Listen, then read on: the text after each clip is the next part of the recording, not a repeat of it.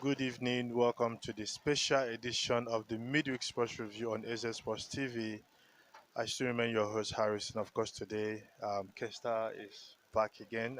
Kesta, you're welcome back. Thank you very much.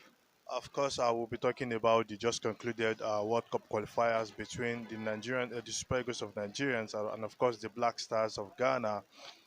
Sports Central was right there in Abuja to bring that game to you.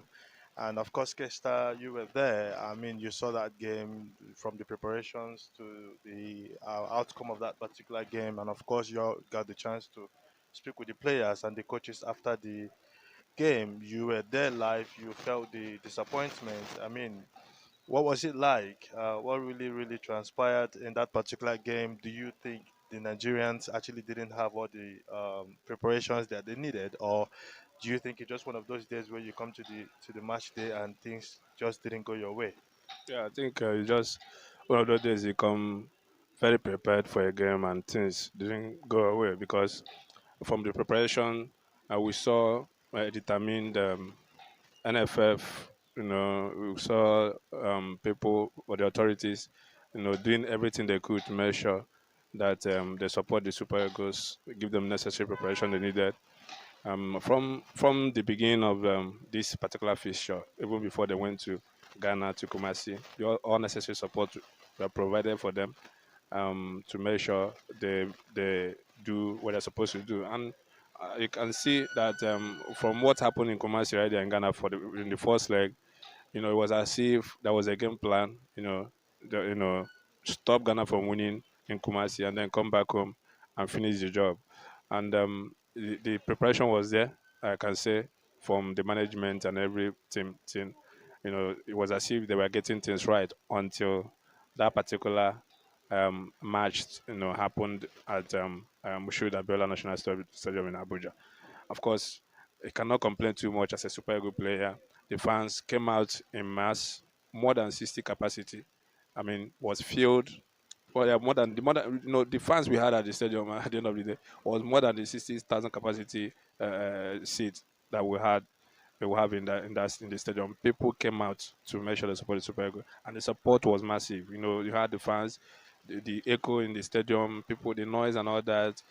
Trying to push the players and to make sure they have the support they needed. So you cannot complain too much as a Super Eagles player. It was just a day that you know, they couldn't pay back the support they got from these more than 200 million Nigerians that stood by them, supported them throughout the preparation, and until the match ended. So it was just one of those bad days for Nigerian football as a whole. It will cause, and it will take them, or take us another 4 years for us to have another try. To see if we can make it to the World Cup, and it's quite unfortunate because, after the Nations Cup, we had the Super Eagles crashed out the way they did in the knockout stages of competition after starting the competition very well. A lot of people thought that this World Cup qualifier presented an opportunity for them to redeem their image, to redeem themselves, and also to put back the smiles on the faces of the fans that are supporting this team.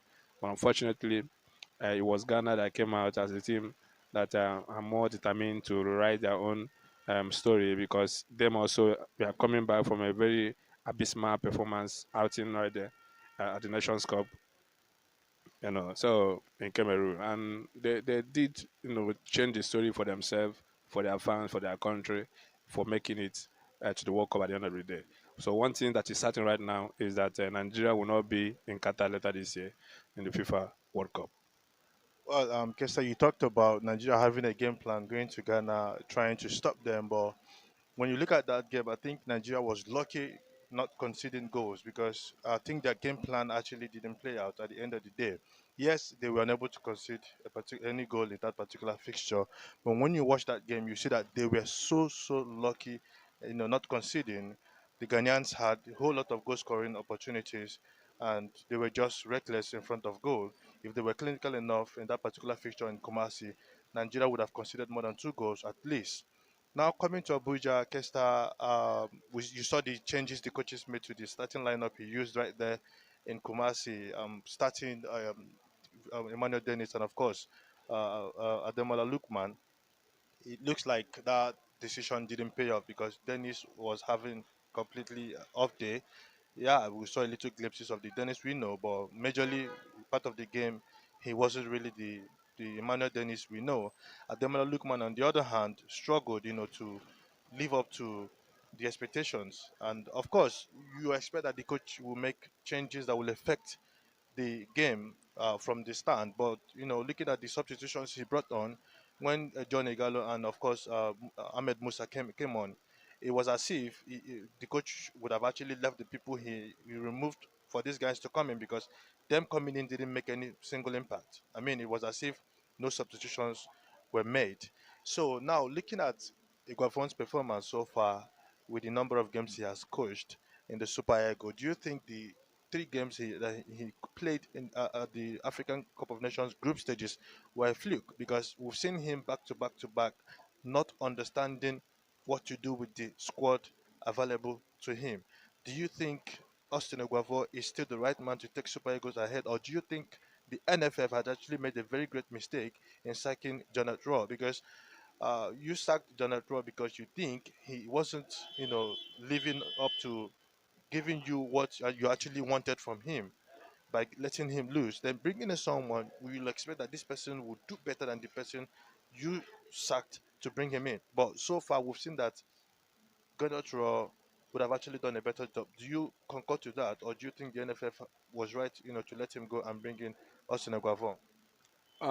It's not about being right or wrong as it stands now, because the truth is that if General weren't sacked, a lot of people will still question the NFF and if they are well ambitious going forward, because there were actually called for General to be sacked, even from the fans and all that. A lot of people thought he was no longer the right man to take the Super Eagles forward. There were calls from all angles. I can remember that when Ganadro, when he was sacked, a lot of people commended the NFF for being courageous enough to let him go, and I believe someone else can do the job better than Ganadro. So I think we can move on from Ganadro now and talk about the where we find ourselves as a team. And first of all, I'd like to disagree with you that Ghana actually had a better game than the Super Eagles in Kumasi. I mean, it wasn't really a very good performance from Ghana. You can say that there were some chances created, but there was also some chances for Super Eagles to score goals in that match. We saw the game. In fact, I can say that the most clear chance, most clear cut chance in that game fell for the Super Eagles. I mean, there was a one-on-one situation with Moses Simon that the Ghana goalkeeper saved, and I can't remember any kind of much. There was just some half chances there that the keeper made some saves and all that. But what I was trying to say that Super Eagles, didn't allow Ghana to score, in Kumasi, and to us back home, after going away to Ghana to get a draw, you expected them to perform better at home, because this is a game of home advantage. Whenever you are playing this kind of game, you cannot take away the impact of the fans. I just said that we had a 60 capacity filled with fans to the brim. We never had that kind of support before, and a lot of people believe that it was going to be, an advantage to Super Eagles having the fans behind them. And I said it that the Ghana also had that support from their fans. The Ghanaians, they were well supported when we went to Kumasi, and then for them not to win that match, we thought the advantage would now fell for the Super Eagles coming back home and having the backing of their fans and all that. Unfortunately, it didn't work out that way. And then the coach selection and all that. In that game in Kumasi, of course, you can confirm, or that most of the players that started in that game didn't actually live up to expectation. People like Kelechi Iheanacho, we are lost in that game. Moses Simon didn't really play like the Moses Simon we used to know. So it was just right that the coach will always make some of these changes. And when we saw the lineup right there in Abuja, we felt okay, it's better that we have these players tried, because of course we know the person and Demelo Lukman, the person Dennis Emmanuel. We know what they can do on a good day on the pitch of play. So the coach probably is looking at having those changes to see if they can affect the game positively. And as you can see during the game, they try to see if they can be creative. I mean, Emmanuel Dennis tried to be his creative self on the pitch. Unfortunately, I don't want to start talking about players individually. You know, I can just say that the Super Eagles did not live up to expectation. The goal we considered was a very weak one, very weak one. Of course, the goalkeeper, he did well. in Kumasi, but coming back home to concede this kind of goal, of course, it's not acceptable, in the standard of the Super Eagles. A lot of people, we are talking about him after the first leg and said probably he should be the number one, but he proved in that game right here in Nigeria that he still has a lot of things to work on as far as goalkeeping is concerned. So from all the, I think from all the department of the game, uh, I don't think the defense, yes, they try to cover up very well, but going forward, Victor Osimhen seems to be, the one in a very high spirit on the day. He tried to see if he can do something on his own. Unfortunately, he as well missed some chances that could have been converted and all that. The team did not play well as a team and all that, so it cost us very, very badly. I think we should be talking about going back to the drawing board. I was interviewing somebody at the stadium and he said the drawing board is not even enough. I don't know where the Super Eagles should be going now, but what is sacrosanct is that they have to go back and see if they can change this situation, and it has to start from changing the coaching crew. There's no two ways about it. It's not about whether Eguavoy is the reason why we are not making it to the World Cup or not. The blame should go for everybody, the coaches, the players. I mean, these players, you guys are professional. You know that this is World Cup. You are the one that's going to play in the World Cup. Even if the coach, let's assume the coach have made wrong selections, but these are players that we all know that can do it. They do it for their club side. You should have done it for yourself to make sure you go for the World Cup. So it's not about the coach, but we can move forward now. Find a very good technical advisor that can take the Super Eagles forward, because we can't keep mourning about not being in Qatar later this year for the World Cup. We can start now to prepare for another time in next 2 years or more a year. We are going to be talking about another Nations Cup, so we have to start preparing. Have a new coach that can start, preparing his team for future engagements, national engagements as far as football is concerned. We have to move forward now and find a solution to what is happening. It has been a very bad period for Nigerian football, and we cannot continue like this. We just have to look for a way to move forward. Okay. Of course, Sports Central was there in Abuja to bring you the analysis as far as that game is concerned, interviews of players and coaches. That is how Sports Central is expanding its brand, going worldwide, making sure that we're there to bring the games lives to you. Of course, there were other African qualifiers that took place within the same period. We had, of course, Nigeria versus Ghana, Senegal versus Egypt, Algeria versus Cameroon, Morocco versus DRC, the Republic of Congo, and of course Tunisia versus Mali. Fortunately for Nigeria, Egypt, Algeria, of course DRC and Mali, they won't be at the World Cup come November 2022. We will be having Ghana, Senegal, Cameroon, Morocco, and of course Tunisia to represent Africa.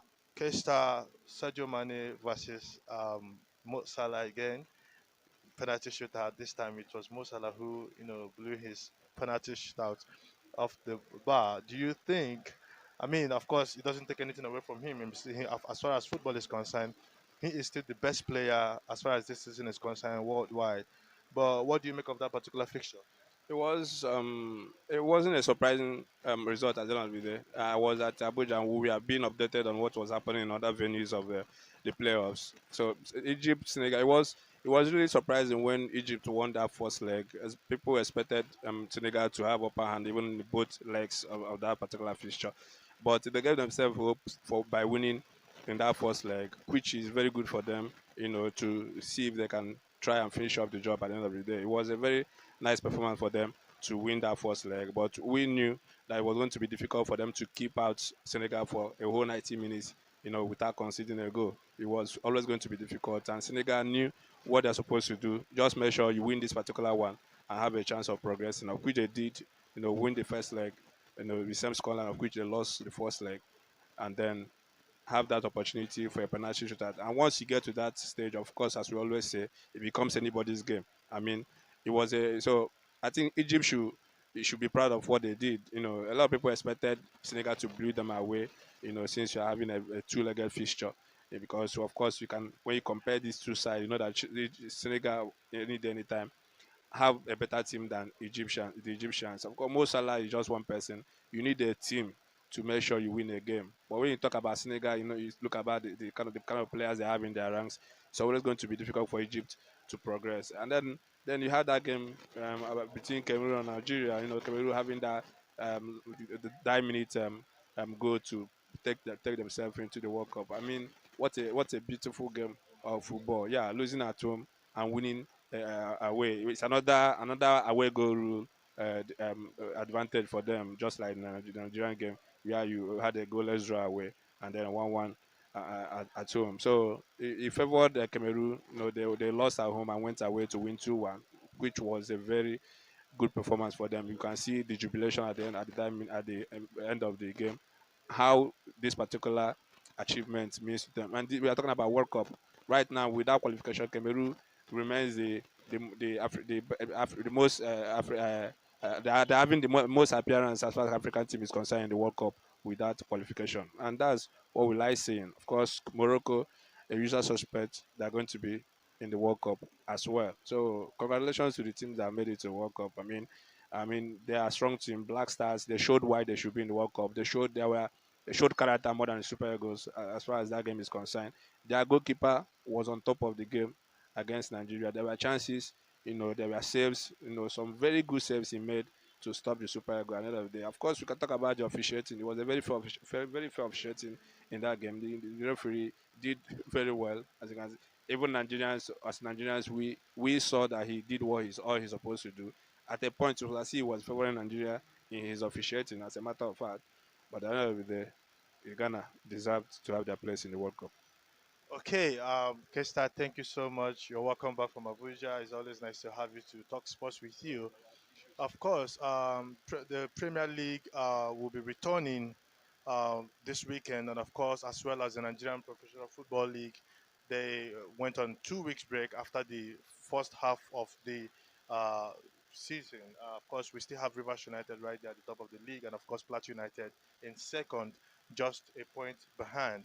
Kesta, before we call it a day on the show, there were some reports that after the game right there in Abuja, there were some issues from the fans, and there were stampede, and a lot of people were injured and all. Please, can you briefly tell us what you know more, what you know more about that particular incident? Yeah, at the end of the game, frustrated fans, angry fans ran into the ran into the pitch.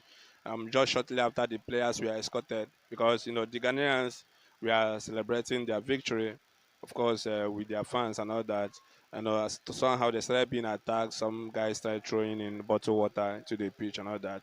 Players have to be escorted away. Nigerian players have to be escorted outside the pitch, and then somehow the fans, maneuver the steward and the security personnel at the stadium and ran into the pitch and then started what they do out of anger. I mean, of course, we know that Nigeria is a footballing nation.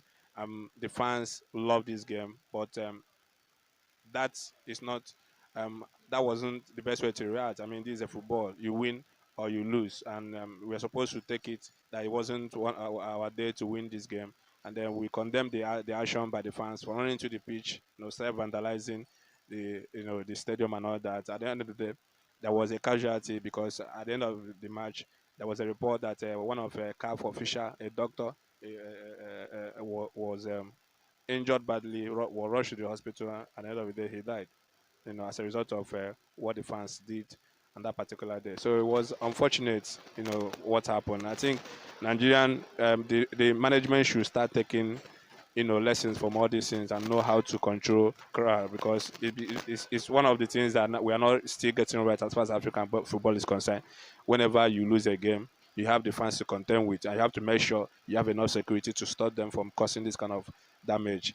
For it to lead to a loss of life means that something needs to be done about it, because it could have been more. We are there. I saw all these things live. Security later came in, started throwing in the tear gas and all that to see if they can chase the fans away and all that. But it was already too. There was already a lot of them inside the pitch, and it became too much for them to control. So we hope that going forward, the management should take lessons from this and make sure this kind of thing doesn't repeat itself in the future. All right, Kesta, thank you so much. It's always nice to have you around, and of course, when you have someone who is just coming back from the Abuja Stadium, giving you direct information. It feels good and better. Kesta, you're welcome back. Thank you very much for having me. Of course, Collins, thank you so much for being behind the cameras, making sure that the fans get to watch us do the special edition of the midweek sports review on AZ Sports TV. I still remain your host, Harrison. Of course, uh, this weekend, make sure you go out there to watch the English Premier League games and, of course, the Nigerian Professional Football League. We will be here next week, Wednesday, to have another edition of the midweek sports review. Until then, take care of yourself and have a nice day.